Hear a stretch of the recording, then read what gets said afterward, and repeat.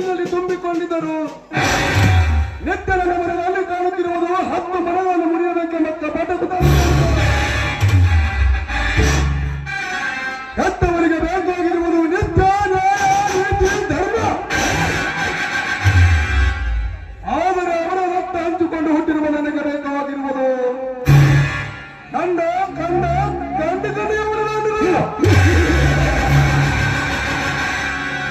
ಹೆತ್ತ ಮಗನಿಗೆ ಅಷ್ಟೊಂದು ಅಂತರವಿದೆ. ಹೆತ್ತವರು ಬದುಕುವುದು ಬಹಿರಂಗವಿದೆ. ಆದರೆ ಈ ಮಹಾದೇಶ ಬದುಕುತ್ತಿರುವುದು ಅಂತರಂಗದ ವಿಷಯಗೊಂಡಿದೆ. ಈ ಮಹಾದೇಶ ನಮ್ಮ ನಿಚ್ಚನೆಯಂತೆ ನಡೆದರೆ ಮಹಾದೇಶ ಒಂದು ವೇಳೆ ಇಲ್ಲಿ ಯಾರಾದರೂ ತುಚ್ಚಿ ಧರಿಸಿದರೆ ಅವರ ಪಾಲು ನುಚ್ಚನ್ನು ನೋಡುವುದರಲ್ಲಿ ಯಾವ ಸಂದೇಹವಿಲ್ಲ.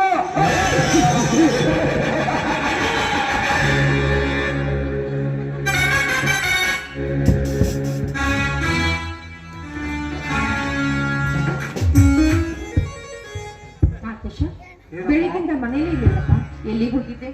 ಅಮ್ಮ, ಮನೆಯಲ್ಲಿ ಕಾಲ ಕಳೆಯಲು ನನಗೆ ತುಂಬಾ ಬೇಸರ ಆಗ್ತಾ ಇತ್ತು. ಆದ ಕಾರಣ ಸ್ನೇಹಿತರನ್ನು ನೋಡಲಿಕ್ಕೆ ಹೋಗಿರ್ಬೇಕ. ಅಲ್ಲಪ್ಪ, ಬೆಂಗಳೂರಿಂದ ಈ ಹಳ್ಳಿ ಬರೋದೇ ಅಪರೂಪ. ಬಂದ್ರು 4 ದಿವಸ ಮನೇಲಿರೋದಿಲ್ಲ. ಯಾವಾಗ ನೋಡಿ ಫ್ರೆಂಡ್ಸ್ ಪಾರ್ಟಿ ಅಂತ ಸುತ್ತಾನೆ ಹೋಗ್ತೀಯ. ಇಲ್ಲಿ ನೋಡಿದ್ರೆ ಮಾತಿಗೆ ನಿಮ್ ತಂದೆ ಮಾಂತೇಶ ಅಂತ ಕೂಗ್ತಾನೆ ಇರ್ತಾರೆ. ಇವತ್ತಾದ್ರೂ ನಿಮ್ ತಂದೆ ಬರೋ ಸಮಯದಲ್ಲಿ ಮನೇಲೇ ಇರು. ಕುಡಿಯಪ್ಪ ಹಾಲು. ಇದೇನಮ್ಮ, ಚಿಕ್ಕ ಮಗುವಿಗೆ ಹಾಲು ಕುಡಿಸಿದಂತೆ ಹಾಲು ಕುಡಿಸುತ್ತಿರುವಲ್ಲ. ನಾನೀಗ ನಿನ್ನ ಚಿಕ್ಕ ಮಗು ಮಾಂತೇಶನಲ್ಲಮ್ಮ, ಬೆಳೆದ ಪ್ರಾಪ್ತ ವಯಸ್ಸಿನ ಮಗನಮ್ಮ ನಾನು.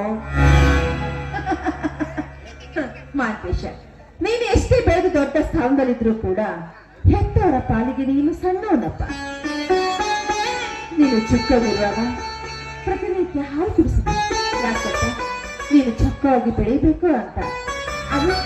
ಅದೇ ಅಭ್ಯಾಸವನ್ನ ಈಗ ಕೂಡ ಮುಂದುವರಿಸ್ಕೊತಾ ಬಂದಿದ್ದೀವಿ.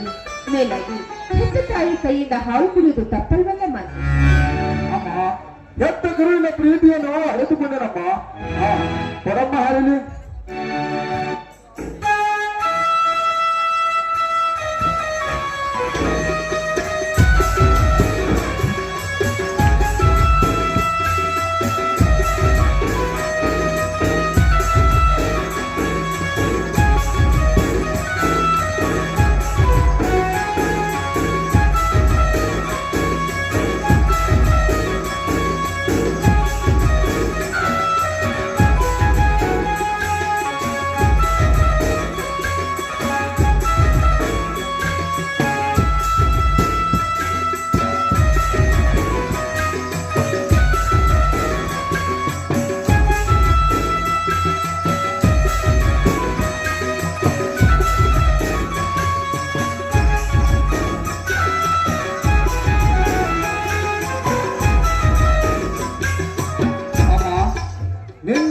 ಬರುವುದಕ್ಕೆ ತಡವಾಯಿತು. ಅಪ್ಪನಾದರೂ ತಪ್ಪು ತಿಳಿದುಕೊಂಡರೇನಮ್ಮ? ತಪ್ಪು ತಿಳ್ಕೊಳ್ಳೋದಿಕ್ಕೆ ನಿನ್ನೆ ನೀನು ಮನೆ ಬಂದ ಸಮಯದಲ್ಲಿ ನಿಮ್ ತಂದೆ ಮನೇಲಿ ಇರಲಿಲ್ಲ ಮಾಂತೇಶ. ಅಷ್ಟೇ ಏಕೆ, ನಿನ್ನ ಕಲತೆಯ ಅರಿವಿನಿಂದ ಉಳಿದಿರ್ಲಿಲ್ಲ. ಕೊಡದ ಮಗಲ್ಲಿ ಮನೆಗೆ ಬಂದಿದ್ದೆ. ನಾನೇ ಕರ್ಕೊಂಡು ಬೆಡ್ರೂಮ್ ಅಲ್ಲಿ ಬರೆಸಿದ್ದೀನಿ ಅಂದಾಗ ಈ ನಿನ್ನ ಕೆಟ್ಟ ವರ್ತನೆ ಸತ್ಯ ಕಣ್ಣಿ ಕಾಣಲಿಲ್ಲ ಪುಣ್ಯ ಅಂತ ಭಾವಿಸ್ಬೇಕು ಮಾಂತೇಶ. ನಿನ್ನ ಹೆತ್ತ ತಾಯಿಗೆ ಹೇಳ್ತಾ ಇದ್ದೀನಿ, ಇದು ಮಾನವಂತರ ಮನೆತನ. ಈ ಮನೆಯಲ್ಲಿ ಹುಟ್ಟಿದ ಮಗನ ನೀನು 10 ಜನ ನೋಡಿ ಮೆಚ್ಚಿಕೊಳ್ಳುವಂತ ಕೆಲಸ ಮಾಡಬೇಕೇ ವಿನಃ ಹೀನ ಕೆಲಸಕ್ಕೆ ಎಂದು ಕೈ ಹಾಕಬಾರ್ದು. ಈ ಚಿಕ್ಕ ವಯಸ್ಸಲ್ಲಿ ಕುಡಿಯೋದಂದ್ರೇನು, ಜೋಜಾಡೋದಂದ್ರೇನು, ಸೇವಂದ್ರೇನು, ಇದೇ ರೀತಿ ಅವರೇ ನಿನ್ನ ಬಾಳಿಗೆ ದುರಂತ ತಪ್ಪಿದಲ್ಲ ಮಾಂತೇಶ, ತಪ್ಪಿದಲ್ಲ. ಅಮ್ಮ, ಏನ್ ಹೇಳ್ತಿರುವೆ ನೀನು? ಕುಡಿಯುವುದು ದೊಡ್ಡ ಅಪರಾಧವೇ? ಕೊಲೆ, ಕಳ್ಳತನ, ಅತ್ಯಾಚಾರ ಮಾಡಿದರೆ ತಪ್ಪಾಗುತ್ತದೆ. ದುಡ್ಡಿನಿಂದ ದೊಡ್ಡವರಾದ ನಾವು ಕುಡಿಯುವುದು ಏನೋ ದೊಡ್ಡ ತಪ್ಪಿಲ್ಲ ಬಿಡಮ್ಮ. ತಿಳ್ಕೊಂಡಿದ್ಯಪ್ಪ, ನಾವು ತಿಳ್ಕೊಳ್ಬೇಕಲ್ಲ.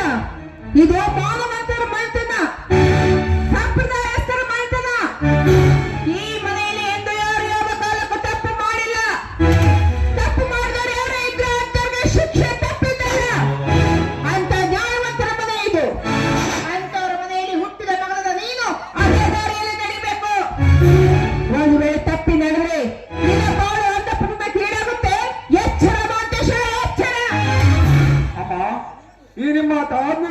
ಜಗದೀಶಮ್ಮ, ನಿನ್ನೆ ರಾತ್ರಿ ನಾನು ಕುಡಿದು ಬಂದಿದ್ದಕ್ಕೆ ಶಿಕ್ಷೆ ನೀಡುವುದಾದರೆ ಈ ನಿನ್ನ ಕೈಗಳಿಂದ ನಿನ್ನ ಕಣ್ಣನ ಕೆಳಗೆ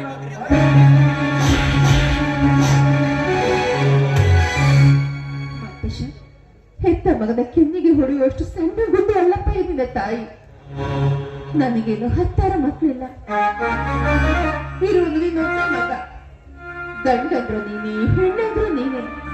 ನಮ್ಮಿಬ್ಬರ ಗಂಡ ಹೆಂಡತರ ಬಾಳಿಗೆ ಕಣ್ಣಾಗ್ಬೇಕನ್ನೋ ನೀನು. ನೀನೇನೇ ತಪ್ಪು ಮಾಡಿದ್ರು ಸಹಿಸಿಕೊಳ್ಳುವ ಶಕ್ತಿ ನಿನ್ನ ಹೆತ್ತ ತಾಯಿ ಹತ್ರ ಇದೆ. ನಿಮ್ ತಂದೆ ಅಂತಾರಲ್ಲ, ನ್ಯಾಯವಂತರು, ನೀತಿವಂತರು, ಧರ್ಮವಂತರು. ಕಳ್ಳರನ್ನು ಕಂಡ್ರೆ ಕೆಂಡ ಹಾಕ್ತಾರೆ, ಕೊಲೆಗಳನ್ನು ಕಂಡ್ರೆ ಕತ್ತರಿಸಿ ಹಾಕ್ತಾರೆ ಅಂತ ನ್ಯಾಯಾಧೀಶರು ನಿಮ್ಮ ತಂದೆ. ಅಂತವರ ಮಗದವ ನೀನು ಅದೇ ದಾರಿಯಲ್ಲಿ ನಡಿಬೇಕೆಂಬುದೇ ನಿನ್ನ ಹೆತ್ತವಳ ಆಸೆ ಇಪ್ಪ. ಅಮ್ಮ, ಇವತ್ತು ಈ ನಿನ್ನ ಪ್ರಾಣ ಇಂಥ ತಪ್ಪು ಎಂದು ಮಾಡಲಾರೆ ಆಯ್ತೆ. ಅಮ್ಮ, ಮಾತಿನ ವಿಷಯದಲ್ಲಿ ಹೇಳೋದೇ ಮರೆತು ಬಿಟ್ಟಿದೆ. ನಾನು ಅರ್ಜೆಂಟವಾಗಿ ಬೆಂಗಳೂರಿಗೆ ಹೋಗ್ಬೇಕು, ಅಪ್ಪನ ಕಡೆಯಿಂದ ನೋಡಪ್ಪ, ನೀ ನಡೆಯುವ ದಾರಿಯಲ್ಲಿ ನ್ಯಾಯ, ನೀತಿ, ಧರ್ಮ, ಸತ್ಯ ತುಂಬಿದ್ರೆ ನಿಮ್ ತಂದೆ ಹೇಳಿ 10,000 50,000 ರೂಪಾಯಿ ಹಣ ನಾನು ಕೊಡಿಸ್ತೇನೆ, ಆಯ್ತಾ?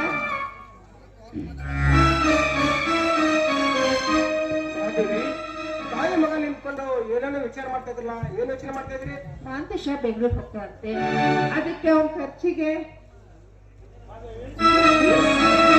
50,000 ರೂಪಾಯಿ ಖರ್ಚು ಬೇಕಂತೆ. ಏನು ಮಾದೇವಿ, ಮಗನಿಗೆ ಹಣವನ್ನು ಕೊಡೋದಕ್ಕೆ ನನಗೆ ಕೇಳಬೇಕೆ? 50,000ಕ್ಕೆ 1,00,000 ಕೊಟ್ಟು ಕಳಿಸು. ಆದ್ರೆ ನನ್ನ ಅಭ್ಯಂತರ ಏನೂ ಇಲ್ಲ. ನೀನು ಒಂದು ಮಾತು ಹೇಳಿದೆಯಪ್ಪ, ಅದು ಏನು ಹೇಳಪ್ಪಾಜಿ, ನಿಮ್ಮ ಮಾತು ತಪ್ಪದೆ ಪರಿಪಾಲಿಸುತ್ತೇನೆ.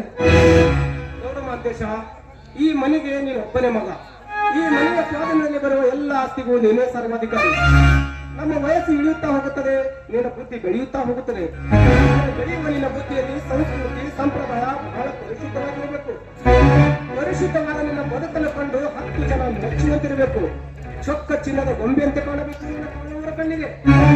ಅಪ್ಪಾಜಿ, ಈ ನಿಮ್ಮ ಹೆತ್ತವರ ಆಜ್ಞೆಯನ್ನು ತಿಳಿತಪ್ಪಾಜಿ. ಈ ಮನೆಯ ಮುತ್ತಿನ ಹಾರವಾಗಿ ಮಾನವ ಮಾರಿ ರಾಜಿಯ ಶಿಖರವನ್ನೇರಿ ಸದಾ ನಿಮ್ಮ ಆಶೀರ್ವಾದದಲ್ಲಿ ಬದುಕುತ್ತೇನೆ ಅಪ್ಪಾಜಿ. ನಿಮ್ಮ ಮಗನಾದ ನನ್ನ ಮೇಲೆ ಸ್ವಲ್ಪ ನಂಬಿಕೆ ನೀಡಿ. ಹೆತ್ತವರು ಮಗನನ್ನ ನಂಬದೆ ಮತ್ತಾರನ್ನ ನಂಬಬೇಕು. ನನ್ನ ಮಾತಿನಿಂದ ನಿನಗೆ ನಿನ್ನ ಮನಸ್ಸಿಗೆ ಸಿಟ್ಟಾಗಿರಬಹುದು, ಆದ್ರೆ ನಾನು ಹೇಳೋದು ಯಾಕೆ ಗೊತ್ತಾ? ಈ ಹೆತ್ತವರ ಆಸೆಯಂತೆ ಈ ಮನೆ ಎಂಬ ಮಂದಿರದಲ್ಲಿ ಮಗನೆಂಬ ಹಕ್ಕಿಯನ್ನು ಸಾಕಿ ಪ್ರೇಮ, ಪ್ರೀತಿ, ವಾತ್ಸಲ್ಯ, ಕಾಳು ಕಡಿಗಳನ್ನು ಹಾಕಿ ಬೇರೆ ಎಂಬ ಬಂಧನ ಎಂಬ ಬೇಲೆಯನ್ನು ಅಳೆದರು. ಆದರೆ ಸಾವಿರಾರು ಜನರಿಗೆ ಪಾಠ ಹೇಳುವ ಶಿವಸೇನ ಹಕ್ಕಿ ನೀನಾಗಬೇಕು. ಅದನ್ನು ಬಿಟ್ಟು 10 ಜನರಿಗೆ ಕುಟ್ಟುವ ರಣಹದ್ದೆ ನೀನಾಗಬಾರದೆಂದು ನಿನಗೆ ಮುನ್ನೆಚ್ಚರಿಕೆ ಕೊಡ್ತಾ ಇದ್ದೀನಿ. ಅಪ್ಪಾಜಿ, ಈ ನಿಮ್ಮ ಮಾತಿನ ಅಂತರಂಗವನ್ನು ನಾನು ಅರಿತು ಮಾಡಿಕೊಂಡೇನು ಅಪ್ಪಾಜಿ.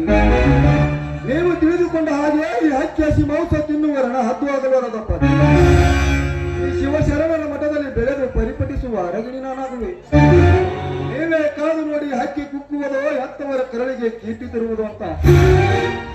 ನಾನಿನ್ನು ಹೋಗಬೇಕು. ಆಶೀರ್ವದಿಸಮ್ಮ, ಆಶೀರ್ವದಿಸಮ್ಮ.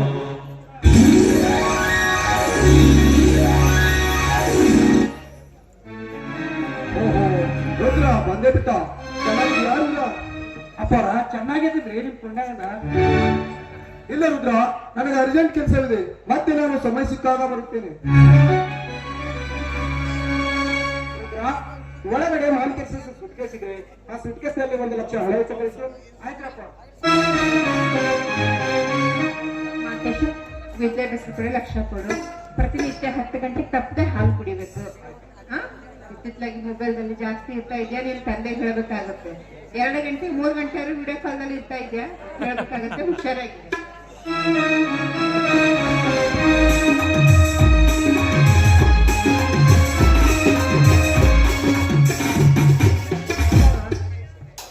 ನನ್ನ ಮಗಳು ಸ್ವಲ್ಪ ಬೆಂಗಳೂರಾಗ ಅದೇ ಇರ್ತಾರೆ.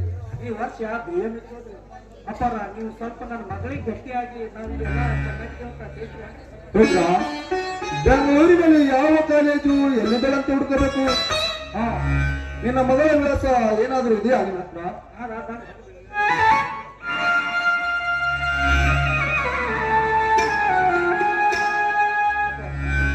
ಮನೆಗೆ ತರ್ಕ ಬಂದಿದ್ರಿ. ನೀವು ಬರ್ತೀರಾ? ಕೊಟ್ಟು ಕಳಿಸ್ತೀನಿ ನಡ್ರಪ್ಪ ನಾನು ಪಶ್ಚಾತ್ತಾಪ ಪಡ್ತೀನಿ ರೀ ನಡ್ರಿ ಹೋಗಮ್ಮಿ ಸರಿ ಆಯ್ತು ಅಮ್ಮ ನಾನು ಬರ್ತೀನಮ್ಮ.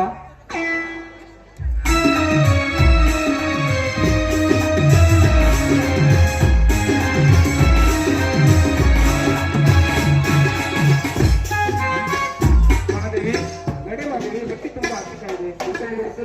ಮಗನ್ ಬಿಟ್ಟಿರ್ಬೇಕಾಗತ್ತಲ್ಲ ಅಂತ ನಾನ್ ಸಂಕಟ ಪಡ್ತಾ ಇದ್ದೀನಿ.